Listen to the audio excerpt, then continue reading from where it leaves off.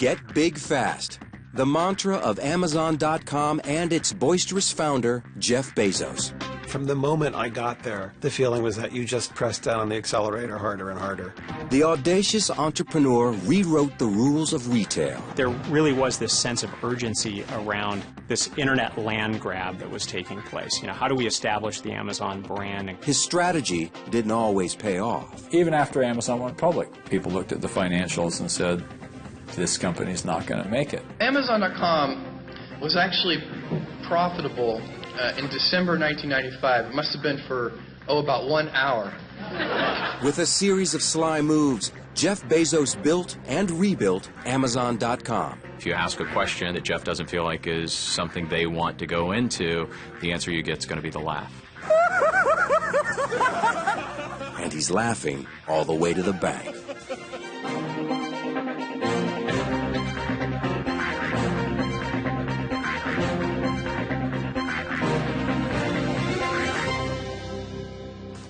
You can buy anything at Amazon.com, from books, music, shoes, and clothing, to a battle tank or a tiki hut. Amazon is the most successful online retailer in the world, and still run by the man who created it back in 1994, Jeff Bezos. Jeff seemed to realize that being the singular place where a consumer can find and buy virtually anything that's available in the retail market was a critical part of the company's growth strategy. The public image of Jeff Bezos is of a superhero entrepreneur, and he is that. If you look at his life from the very beginning, he's taken risks, and he's solved problems, and he's created billions of dollars of wealth. Bezos is more guarded than his outgoing public persona and declined to participate in this program.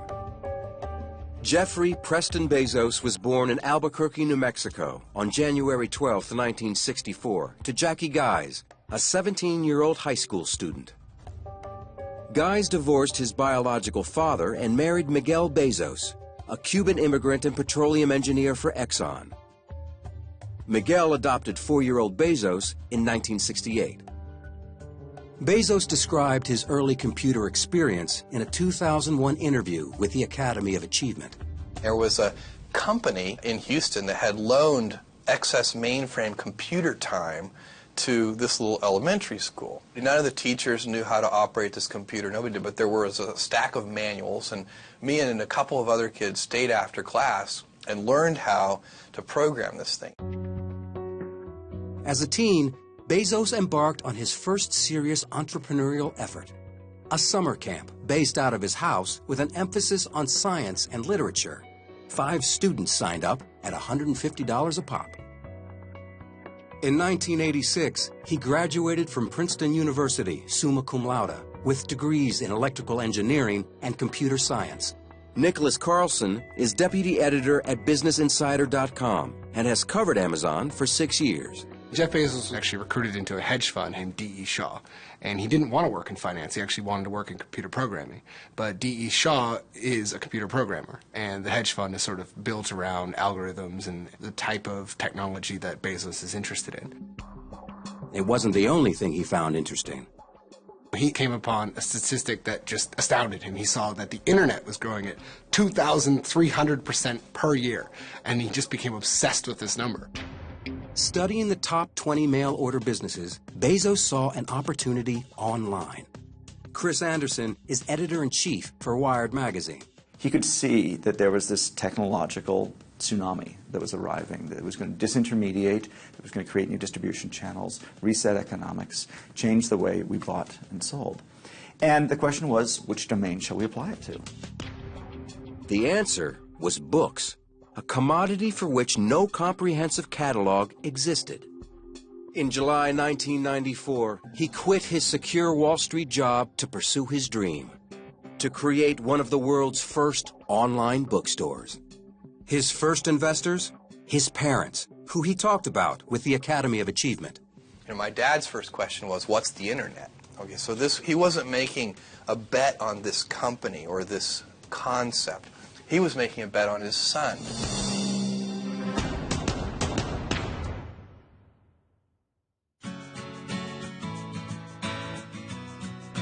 In the summer of 1994, Jeff Bezos and his wife Mackenzie headed to Washington State, armed with $300,000 from his parents. Entrepreneur and technology expert Esther Dyson is chairman of the investment firm Adventure Holdings. You now have a lot of people leaving Wall Street to go try and do startups, but Jeff was different. He had a really solid business/Wall Street background, and then he created something amazing.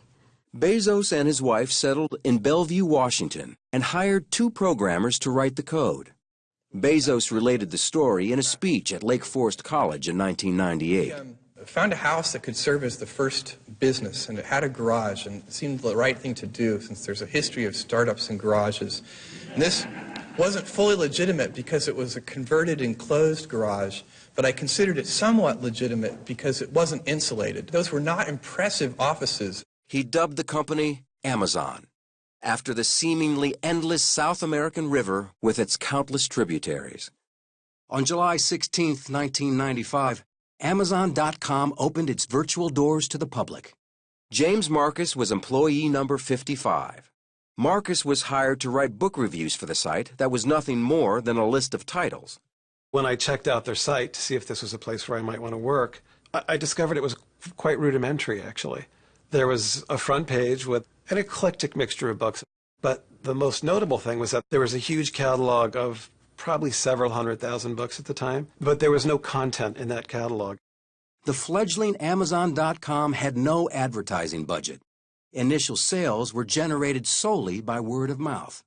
Heath Terry is managing director of internet research at Canaccord Genuity. There was a lot different about Amazon really from the beginning. You know, they weren't in Silicon Valley. They were in Seattle. They weren't really into the whole hype of the bubble. They weren't putting out press releases every single day. The site caught on. Within a month, books had been sold to customers in all 50 states and 45 other countries.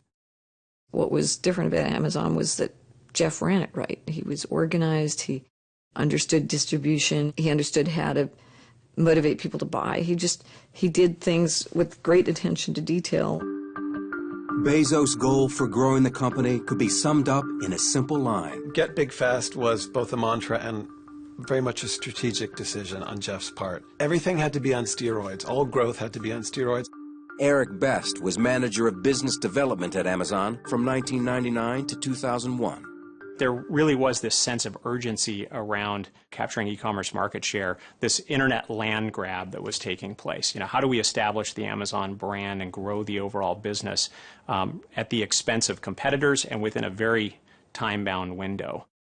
The strategy paid off big time. By the end of 1996, the company reached $15.7 million in sales. The gains were boosted by Amazon's ability to offer tax-free shopping to most online consumers. What makes us different is vast selection, convenience, we deliver right to the desktop, and also the fact that we're the broadest discounters in the world. We discount over 300,000 titles, basically the best-selling titles. That's twice as many titles as the largest physical bookstore even offers. But early investors were frustrated. The surge in sales came without profits, while Amazon spent millions developing software and expanding its business. You know, there was a lot of a risk that was taken on by the company during those early days, and I think there was a lot of speculation around whether or not that was the right thing to do. It's easy now to look back and say, of course, Amazon needed that capital and they needed to invest at the rate that they did in order to achieve the scale that they now have. That was not always clear from day one. What was clear was that Bezos was unstoppable. He kept up the pace and powered ahead for Amazon's IPO. The idea was that you could not rest on your laurels for one moment, and that you just had to keep innovating all the time and staying ahead of the competition all the time and never have even a millisecond of complacency. On May 15, 1997, the stock began trading on the NASDAQ stock market at $29.25 a share, nearly $12 higher than its offering price. The day of the actual IPO was a very big deal. There were, parties all over the company, and Jeff addressed us, over the speakerphone from New York. I mean, Jeff was telling us on the phone, we've made history today. You have all made history today. It was pretty damn exciting. But despite the well-received IPO, tech analysts still offered a dour assessment of the company. Tim O'Reilly is founder and CEO of O'Reilly Media. Most people remember the business stories that Amazon was going to be toast. People were scrutinizing their financials. They were saying this company will never be profitable. Or there were a lot of naysayers. The company's engineers were hard at work updating the site, introducing features like one-click shopping. By the end of 1997, the value of Amazon stock nearly tripled. Jeff would say to us, do not pay attention to the stock price. He was very confident that in the long run it would go up and up and up, but felt it was very dangerous to look at it in the short run. Amazon continued their frantic expansion, hiring more than 7,000 employees and beefing up their product line. You know, we just started talking about virtually everything and anything. We could sell groceries, healthcare, cell phone plans and cell phones, magazines, and then eventually, hardware, garden hoses, and toys. The expanded product line and high-volume sales paid off for both Amazon.com and Bezos. On December 20th, 1999, he was anointed Time Magazine's Person of the Year. It made my mom cry, and parents are always proud, and that feels great. It was the ultimate legitimization of his sort of starry-eyed dream of conquering the world through e-commerce. Like, you flip to the inside of the magazine, there's Jeff dressed as Indiana Jones swinging on a vine. It was kind of making him into an American folk hero in a way. It's like you suddenly, like Paul Bunyan was in the office down the hall from you. Bezos was at the top of his game, but an industry-wide disaster was right around the corner.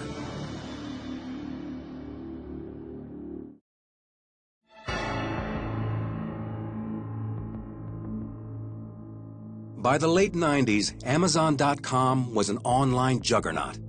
But in 2000, the dot-com bubble burst. Stock prices slumped, and Jeff Bezos was forced to take drastic measures. There were at least 2 waves of layoffs. And as is usually the case with these things, you don't know who's going to go. You kind of cower in your office and wait for the HR person to, summon you with a finger.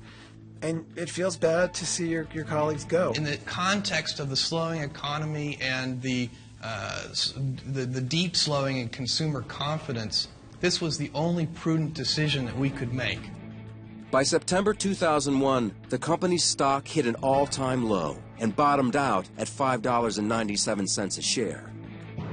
From poster child to whipping boy in nanoseconds, it's not the kind of stock that you can own and sleep well if you're a small investor. And I think, by the way, that's true of all internet stocks. The advantage that Amazon had was they had built this war chest, so to speak, on their balance sheet of cash to fund them through all this. Jeff Bezos made a lot of large bets, and not all of them paid off. The company didn't profit for many years in the beginning.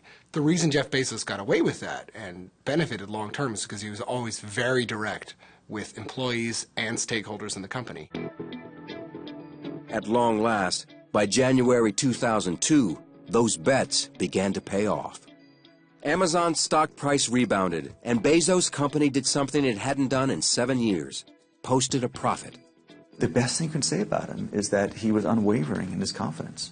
He could see the bigger picture, and he knew that the skeptics were short-termers. They were not seeing the big picture, and he stuck to the vision. Once the bubble burst, the investors' patience for companies saying we're going to make big investments in building out a .com side to our business was very, very thin. And so Amazon took advantage of that and started partnering with Target and Toys R Us and The Gap and other traditional retailers. The dot-com retail giant joined forces with more than 400 companies, but not all retailers were willing partners. I do know of a number of cases in which he has acquired companies in order to take out competitors, potential future competitors, rather than because he actually wants that business to continue.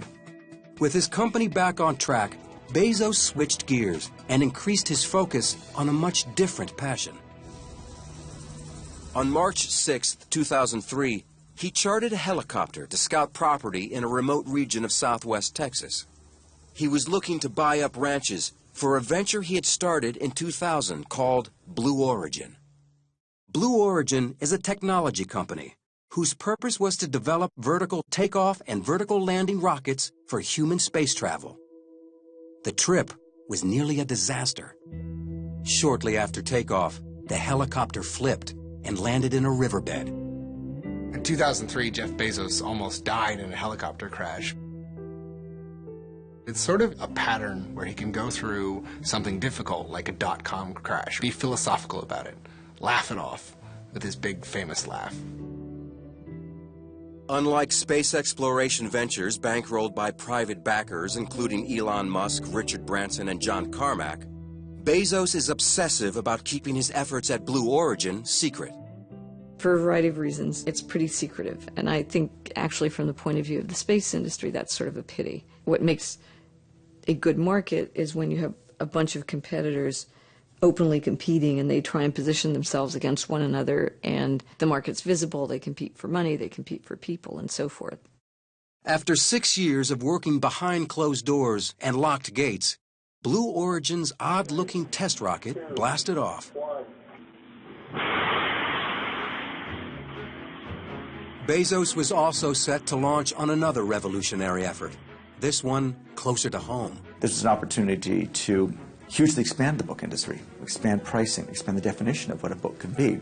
But it required someone with sufficient clout to do that end-to-end, hardware, software, web integration, and only Amazon was in a position to do that.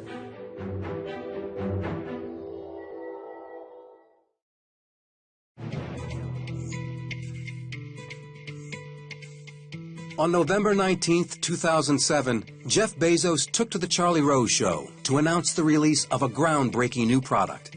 Here in my hands is what we're talking about. It is called the Kindle. Tell me when you first had the idea that this might be possible. What we realized at the time was that there were a few technologies that were sort of converging that we could combine together with the right recipe and make something that would be what we hoped would be transformative in the world of electronic reading. The Kindle was an instant hit. Amazon put this device out there that takes away so many of the aesthetic pleasures that people take in books. You know, you can't smell the pages anymore, dog-ear the books. But it turns out book lovers, who are all these people that feared and loathed this thing, now they love the Kindle. The $399 e-reader sold out nationwide in just 5.5 hours. The number of Kindles sold, however, remains a closely guarded secret. A company spokesman said that they choose not to disclose the number. Jane Friedman is former CEO of HarperCollins and co-founder of Open Road Integrated Media. No one today knows how many Kindles there really are out there. It's a guessing game. We know that there are millions, but how many millions? But it's strategic for Amazon, obviously, because that's what they do. They keep a lot of information close to the vest. But publishers saw the Kindle as an industry killer. There will be real blood on the tracks of publishing in the next few years because publishers did not wake up soon enough to the fact that Amazon was a competitor. While the Kindle was making serious waves in the e-book marketplace, Amazon was preparing to make its largest corporate acquisition to date. Tony Hsieh is CEO of Zappos.com, America's leading online shoe retailer. When I first met Jeff Bezos in 2004, he had contacted us and said they were interested in possibly acquiring Zappos. At the time, we said we weren't interested because Zappos would kind of lose its identity. Hsieh was hesitant to sell to Amazon.